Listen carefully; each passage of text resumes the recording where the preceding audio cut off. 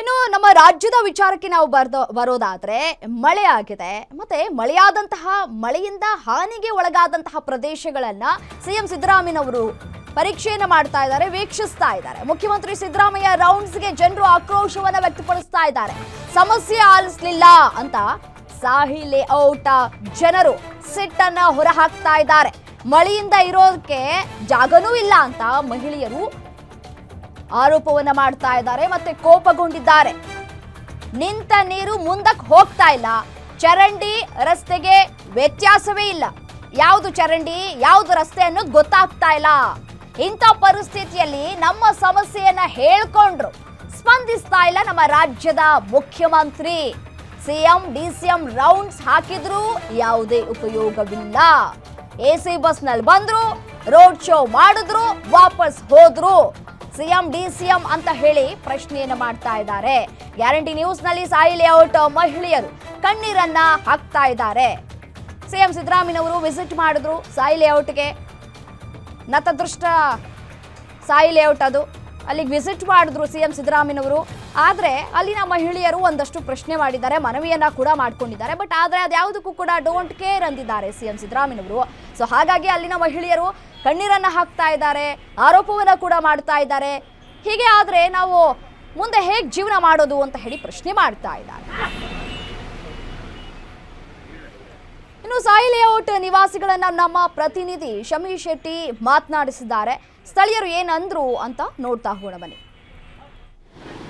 ನಮಸ್ತೆ ವೀಕ್ಷಕರೇ, ಇವತ್ತು ಸಾಯಿ ಲೇಔಟ್ಗೆ ಸಿಎಂ ಅವರು ವೀಕ್ಷಣೆ ನೀಡ್ತಾರೆ ಅನ್ನುವಂತಹ ಸುದ್ದಿ ಎಲ್ಲೆಡೆ ಹರಿದಾಡಿತ್ತು. ಆದ್ರೆ ಸ್ಥಳ ಪರಿಶೀಲನೆಗೆ ಬಂದಂತಹ ಡಿಸಿಎಂ ಮತ್ತು ಸಿಎಂ ಎಸಿ ಬಸ್ ನಲ್ಲಿ ಬಂದು ಬಸ್ ಇಳಿತಾರೆ. ತದನಂತರವಾಗಿ ಕೇವಲ 5 ನಿಮಿಷಗಳ ಕಾಲವೂ ಕೂಡ ಸ್ಥಳದಲ್ಲಿ ಇರದೆ ತದನಂತರವಾಗಿ ಈ ಜಾಗದಿಂದ ಹೊರಟೋಗ್ತಾರೆ. ನಾನು ಇಲ್ಲಿನ ಪಬ್ಲಿಕ್ ನ ಮಾತಾಡಿಸ್ತೀನಿ, ಅವ್ರು ಏನ್ ಹೇಳ್ತಾರೆ ಕೇಳೋಣ.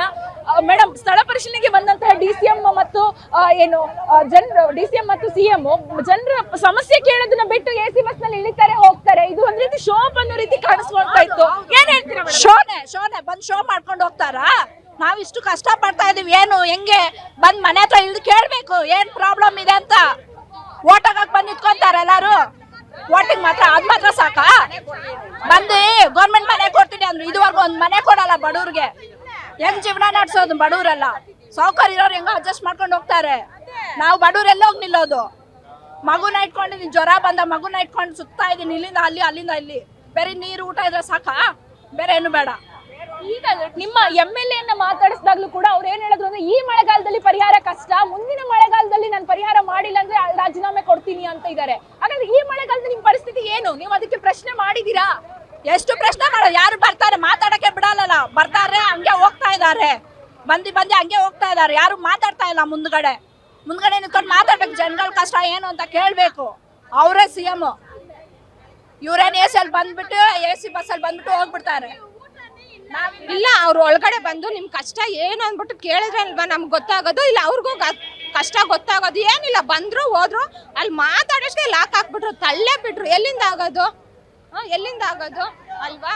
ನಮ್ ಕಷ್ಟ ಅವ್ರು ಕೇಳಿದ್ರಾ? ಓಟ್ ಆದ್ರೆ ಅವಾಗ ಬಂದು ನಮಸ್ಕಾರ ಹಾಕಿ ನಾನ್ ಇದು ಮಾಡ್ತೀನಿ, ನಾನು ಅದ್ ಮಾಡ್ತೀನಿ. ಏನ್ ಮಾಡಿದ್ರಿ?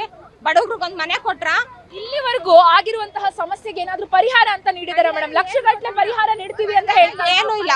ಕೊಟ್ರು ಒಂದ್ 10,000 20,000 ಅದ್ ಕೊಟ್ರು, ಇಲ್ಲ ಅಂತ ನಾವ್ ಹೇಳ್ತಾ ಇಲ್ಲ. ಅದ್ ಕೊಟ್ರೆ ಸಾಕ? ಬಡವ್ರನ್ನ ನೋಡಿ, ಕಣ್ಣು ತೆಗ್ದು ನೋಡಿ, ಇಲ್ದೇ ಇರೋರ್ಗೆ ಹೆಲ್ಪ್ ಮಾಡಿ. ಜೀವನದಲ್ಲಿ ಏನು ಇಲ್ಲ, ಏನು ತಗೊಂಡ್ ಹೋಗ್ತಾ ಇಲ್ಲ, ಆಯ್ತಾ? ಇಲ್ದೇ ಇರೋರ್ಗೆ ಏನಾದ್ರು ಕೊಡ್ಬೇಕಲ್ವಾ? ಎಲ್ಲ ಡ್ರೈ ಆಗಿದೆಲ್ಲ, ಅಲ್ಲಿ ಕೊಡ್ಲಿ, ಕರೆಂಟ್ ಕೊಡ್ಲಿ. ಎಲ್ಲಿ ನೀರಿದೆಯೋ ಫೀಸ್ ಕಿತ್ಬಿಡ್ಲಿ ಪೋಲಲ್ಲಿ. ಮಿಕ್ಕಿದ ಕಡೆ ಕೊಡ್ಲಿ ಕರೆಂಟ್. 3 ದಿವಸ ಕಷ್ಟ ಪಡ್ತಾ ಇದೀವಿ ನಾವು. ನೀರಿಲ್ಲ, ಏನಿಲ್ಲ, ಸ್ನಾನಕ್ಕಲ್ಲ ನೀರಿಲ್ಲ. ಹಾಕೊಂಡಿರೋ ಬಟ್ಟೆ ಬಿಟ್ರೆ ಬೇರೆ ಯಾವ ಬಟ್ಟೆನೂ ಇಲ್ಲ. ಮನೇಲಿ ಏನು ಸಾಮಾನು ಇಲ್ಲ, ಎಲ್ಲ ಹೋಗಿದೆ. ಇದಕ್ಕೆಲ್ಲ ಯಾರು ಇದ್ ಮಾಡೋದು? ಎಲ್ಲ ಮನೆ ಕೆಲಸ ಮಾಡ್ಕೊಂಡು ಅದು ಇದು ಮಾಡ್ಕೊಂಡು ನಾವಿದೀವಿ. ಇದಕ್ಕೆಲ್ಲ ಯಾರು ಆನ್ಸರ್ ಮಾಡೋದು? ಬೇರೆ ಬಟ್ಟೆ ಇದು ಒಂದ್ ಬಾಟ್ಲು ನೀರು, ಒಂದ್ ಊಟ ಕೊಟ್ಬಿಟ್ರೆ ಸಾಕ? ಬೇರೆ ಎಲ್ಲದಕ್ಕೂ ಯಾರು ಆನ್ಸರ್ ಮಾಡೋದು? ಇವ್ರೇನು ಓಟ್ಗೆ ಮಾತ್ರ ಬಂದ್ಬಿಡ್ತಾರೆ, ಮಿಕ್ಕಿದಕ್ಕೆಲ್ಲ ಯಾವ್ದಕ್ಕೂ ಬರಲ್ಲ ಇವರು.